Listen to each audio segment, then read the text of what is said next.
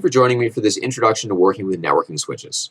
In this class, we will discuss the purpose of switches, how they are added to a network, advantages and concerns to consider before adding switches to your network, how you connect to smart or managed switches, the different ports in the switch and their settings that you might want to change, and Wi-Fi options that are available. This is intended to be an introductory class providing a working understanding of the concepts. We will use examples to support the lessons, but further study and attention to details is recommended for students that are interested in pursuing networking. Some of these ideas will be helpful for home networking, but most will apply more in a professional environment. Let's begin by talking about the purpose of switches. If you've chosen to take this class, you probably have at least a rough idea of why you would use a switch. But let's take a few minutes to go over a typical network layout and how switches fit into that picture. Looking over a basic network structure, we begin with the internet service provider. This is how the internet is brought into the building. Whatever company you pay a monthly fee to, Comcast, AT&T, etc., would connect an external line to their modem. What you do with the internet from there is up to you. Note, many of these modems are also Wi-Fi access points. We're going to talk a bit more about Wi-Fi later on. Depending on the security requirements of your network, you may have a firewall connected to your internet service provider modem. Another note, not having a physical firewall doesn't necessarily mean your network is less secure. There are ways to apply firewalls without an actual box in the building, and a firewall is not an appropriate choice for every network, simply for cost and complexity reasons. Firewall management is a big topic and a bit outside the scope of today's class, but what is important to understand is that the firewall is a tool that goes between the rest of your network and the external internet, applying rules and controls to protect what is allowed in and what your devices are able to send out. After the firewall, you may have one or more switches. The number of switches is dependent upon how many devices, computers, printers, etc., you need to connect to the internet. Switches can perform a number of more advanced functions, but their primary job is to redirect the flow of data to multiple places. Depending on the needs of your organization and available budget, there is a wide range of switch sizes and functions that you can purchase. Typical sizes are 5, 8, 10, 16, 24, 28, 48, or 52 ports. They can be dumb or unmanaged switches, only capable of connecting several devices with no other controls, or smart, also known as managed switches, capable of management through your computer and applying many different settings, as we'll discuss later on. Be aware there may be what is called a patch panel in between the switch and the actual devices. When we look at some pictures of a setup in just a moment, I'll point out what that looks like there. This is simply a mechanical device whose purpose is to provide organization to all the data lines and simplify port management. It does not have any control over how your network works. Underneath the switch, you see the data lines that are bringing internet access to all the connected devices, most likely to wall ports the devices are then plugged into. Be aware there are data lines connecting to the internet service provider and the firewall to the switch, and in between any multiple switches you have. In the drawing, I used those downward-facing arrows to show the flow of data and to give you an idea of the structure here, but the actual way these are connected is through data lines as well. Usually these will be the same style of data lines that are connecting your switch to other devices, although sometimes you may have a higher-end connection between the main structure of your network. We'll talk about that a little bit later on. Finally, underneath the data lines, we see a possible local switch. Though we prefer to have all the devices individually connected to ports in the walls for troubleshooting reasons that I'll discuss soon, sometimes that isn't possible without major construction, and using a small local switch can be a good solution. Typically, these will have 4 to 8 ports and will allow for very little management. They're usually relatively inexpensive and simple devices that you put in just to solve problems in one spot or another. You would then have data lines connecting out from the local switch to whatever devices near them need the internet. Again, this is not something that you want to overuse. We'll talk about that more later on, but it can be a great fix now and then. And if we're talking about a home network, all you might need is one local switch. If you have your internet coming into a place and you have multiple computers there that you want to connect, a small local switch, one of the dumb or unmanaged switches that we talked about earlier, could be all it takes, and your home could be set after that. Let's take a look at some actual images to get a feel for how these work. On the left, we see a picture of a patch panel, some patch cables running to it, and then below that, an active managed switch. On the right, we see a local switch that is currently not connected to anything. I took this out to be able to show you and to have a good view of. One other aspect of local switches is that they're very often tucked behind walls and underneath desks and in whatever place you need to run a bunch of data lines to, and so seeing them in action is not always as easy as just having one in front of you. So I thought it'd be best to pull that out so we can get a good look at it. I'll start with the unmanaged one. One thing that you should note is you see the power cable coming out of it, going to the large power converter that you see there, currently not plugged into anything. Almost all local switches will require this. Some of them do work over power over Ethernet. We'll talk about how that works later on when we get to the port settings, but the majority of them will require external power, so you would need to have an outlet nearby as well. We also see a data line running out of the second of 5 ports on this switch and currently connected to nothing. Now, when you are setting this up, it is recommended that you plug in the data line to the 5th port, which is the one furthest to the right. This is not required for making a switch work. You can plug the data line into whichever one you want, but the standard is to have it into the data port furthest to the right, and so that's where it's expected to be, and that can simplify things for troubleshooting later on. You would then connect as many as you need of the other ports to whatever devices require the internet. So it may very well be that you just have 2 computers and you want to have a data line running to both of them. You would then have 3 ports in use, 1 for connection to the internet, and 2 for connecting to the computers to bring that internet to them. If you also have a printer that requires a data line run to it, suddenly you're using 4 of the 5 ports. So you see how you can fill these up relatively quickly and how it can save you a lot of trouble instead of running several lines throughout your building. Now, looking at the left, we see the patch panel on top again, and then the small patch cables running down to the managed switch. If you look in the background of that picture, you can see a large jumble of wires that are then running off to the side. Those are the actual cables that are going to devices throughout the building. As you might imagine, keeping track of all of those would be a little bit more complicated than keeping track of the ports that we see on the patch panel. Ports, if you weren't familiar, refer to the plugs that we were seeing there. So you can see all of the empty black ports or empty white ports on the patch panel on the top, and then the filled ones that have the cables going into it. So it's easier to keep track of the ports that we have on those devices than it is all of those identical looking cables that run through there. Now, looking at the switch on the bottom, a couple of things that I want to point out. Number one, not every port is in use, and that is okay. Again, we want to future-proof a little bit, especially if you're talking about setting up a large network, and you don't want to have to replace these devices as they can be relatively expensive. So you get a little bit more space than you need, and that does not put a strain on your network. It does not weaken the signal because it only divides the internet up to the ports that it's going to. Now you can tell which ones are not only connected but are in fact in use by the activity lights. You can see the green activity light showing through on a number of those ports. If you look in the upper right of the switch or right in the middle between the blue, then white, then blue cables, you can see some green activity lights there. That shows that this is in use. If you're looking at it directly, you would very often see a blinking or a flickering there, letting you know that this is active. Be aware that just because a port is not active does not mean it's not connected to anything. The computer might simply be off, or it might even be on, but not using the internet at that time. So the activity lights are very useful, but they are not all-encompassing. So that is a look at how these structures actually appear. I'll come back to this in a minute when we're talking about adding switches to the network, but I will be going back and forth a little bit between these slides. Once you are ready to add 1 or more switches to your network, the process is relatively straightforward. Each switch needs to have 1 port connected to an active data line, as we discussed. You can think of this as being above the switch in the theoretical drawing I made earlier, and is often physically above the switch on your network rack as well. With that port providing data, the rest of the ports can be connected to target devices that require data. These can be computers, printers, even other switches.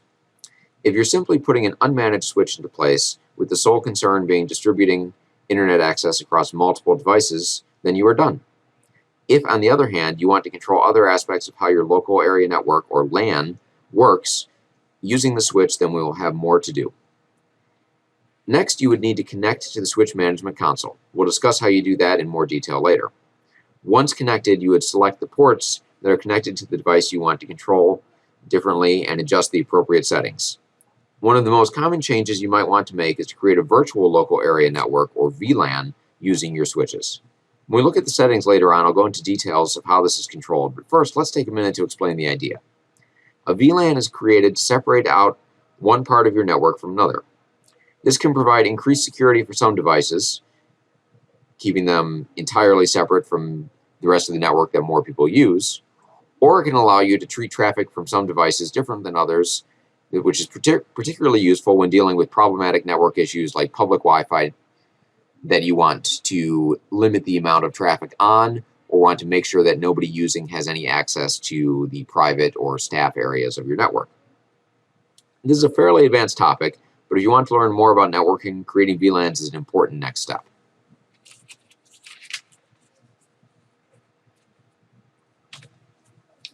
Now, before we get into how to connect to the switch and get to the managed settings, we want to talk about advantages and disadvantages of managed or unmanaged switches.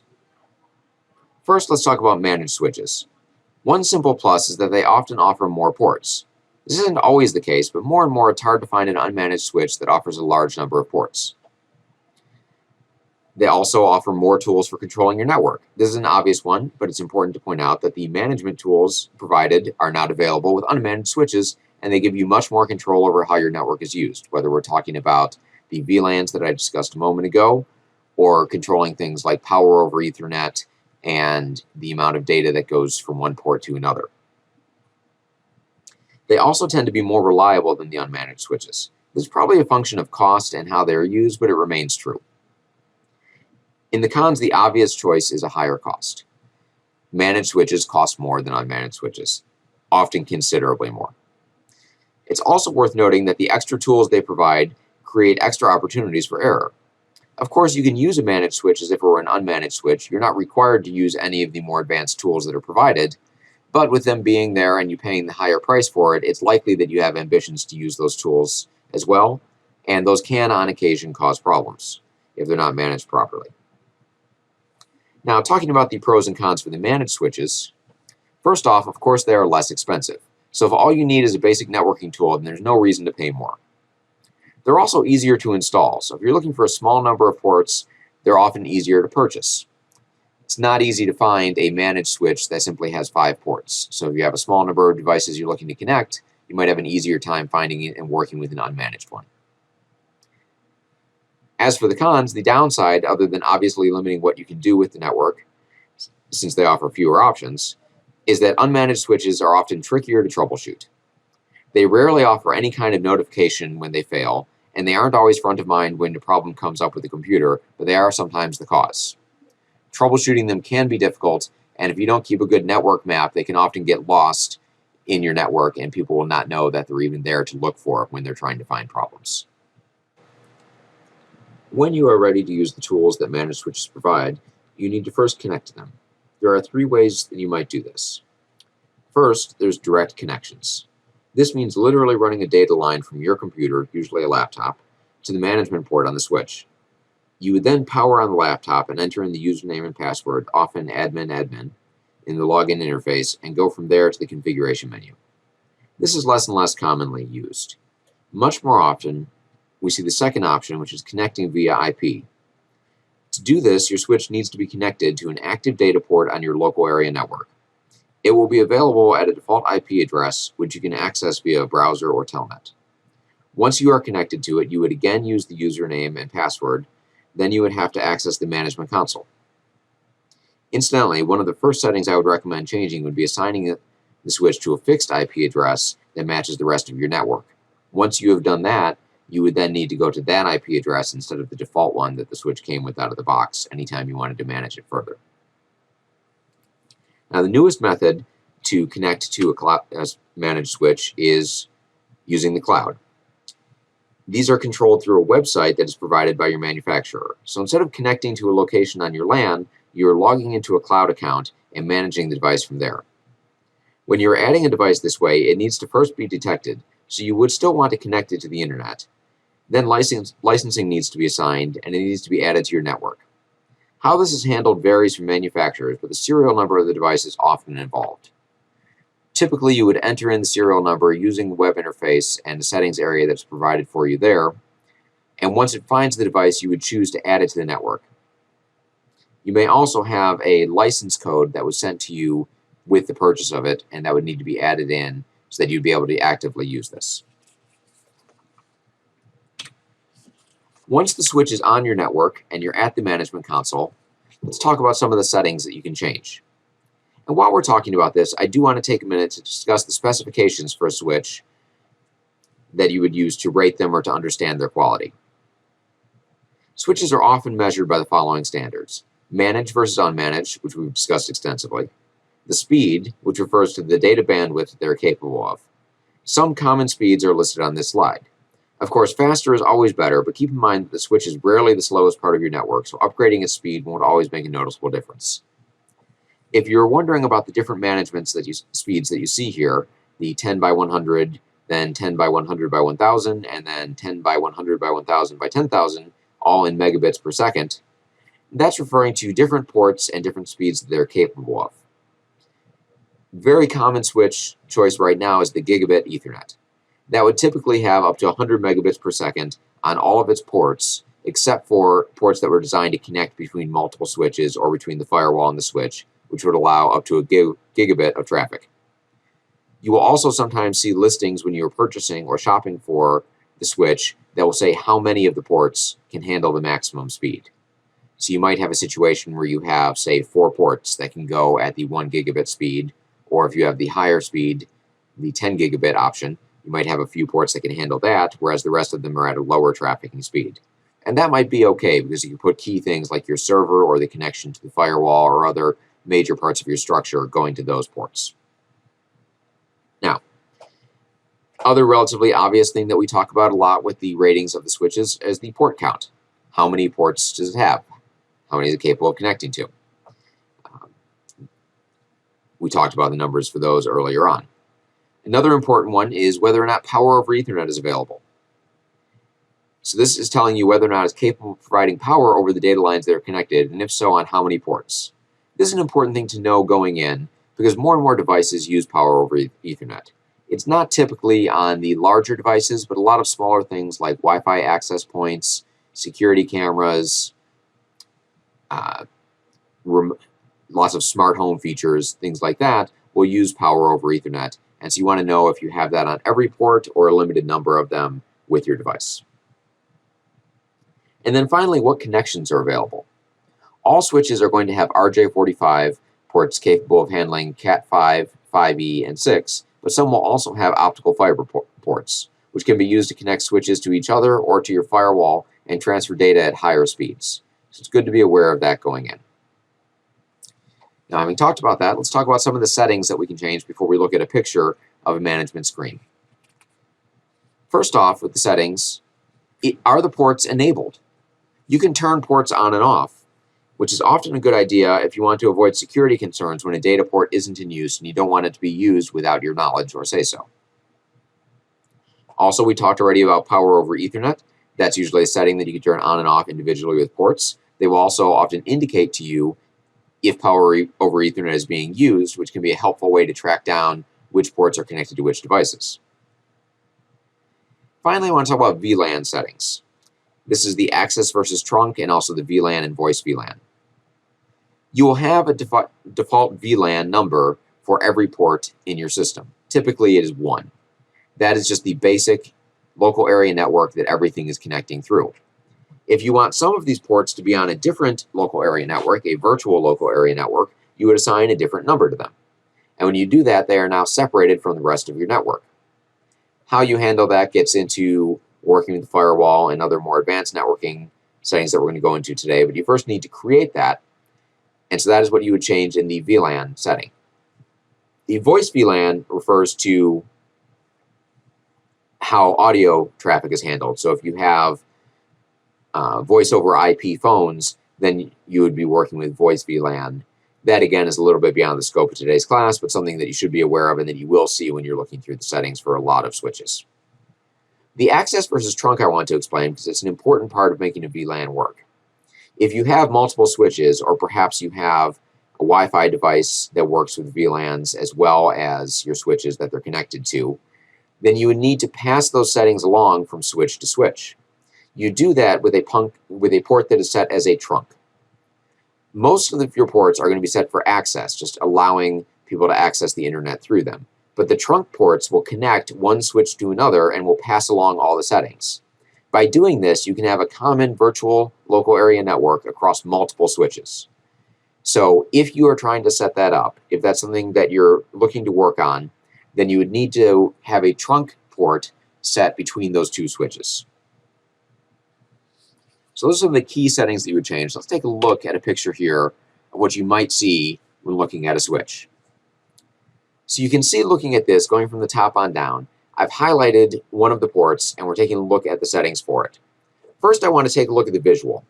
We see with this, a lot of the ports are black. That means that they have no connection, nothing active going on them right now.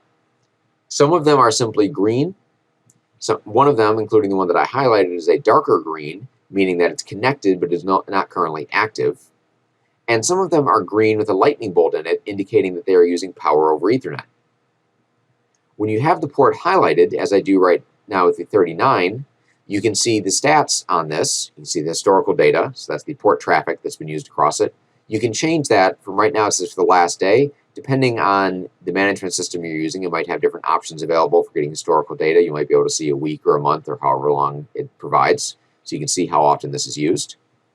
And then underneath there in the configuration, I'm showing a number of the settings, including the port status, which is set to enabled. The other option is disabled, of course. The type, which is access.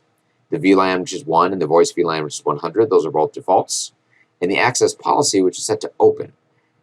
That is something that you can change if you're looking to have customized settings in there. It's a bit beyond what we're talking about today, but that is something that you do have control over. One last thing that I want to point out with this is if you look at port 49, there's an up arrow on it. That is indicating that this is an uplink to a switch higher up in the chain and closer to the source of the data.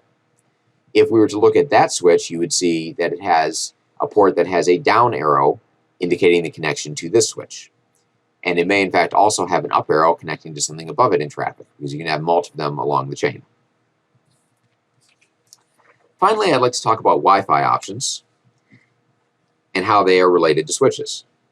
Many of you listening to this already have Wi-Fi broadcasts for your internet service provider's modem in your home and office. If you do not, you may have Wi-Fi access points that are connected to your network. Either way, the purpose of this is to allow Wi-Fi-enabled devices to connect without the trouble of running data lines to them. This typically includes laptops, phones, and tablets, but increasingly common for this to also include desktop computers, printers, and smart home devices, including things like streaming dongles, security cameras, etc. The Wi-Fi access point, whether it is the modem itself or it's something that's you added onto your network, is acting as a switch for all the Wi-Fi enabled devices. The access point is still required to be connected to the LAN itself so that all the devices connected to it are then able to connect to your network. So you would still need a data line connecting to whatever is broadcasting your Wi-Fi. Of course, Wi-Fi access points require management just like switches do, and in many cases more so. They can also be accessed the same way as the switches, typically either direct connections or via IP address, but the settings are significantly different since Wi-Fi management involves a lot of controls outside of the scope of this class. With that, I want to thank you for joining me today. I hope this gave you a better understanding of the basics of working with network switches. If you wish to learn more about this topic, consider studying VLAN creation specifically and Level 3 networking in general. I hope you'll join us here again for more classes soon.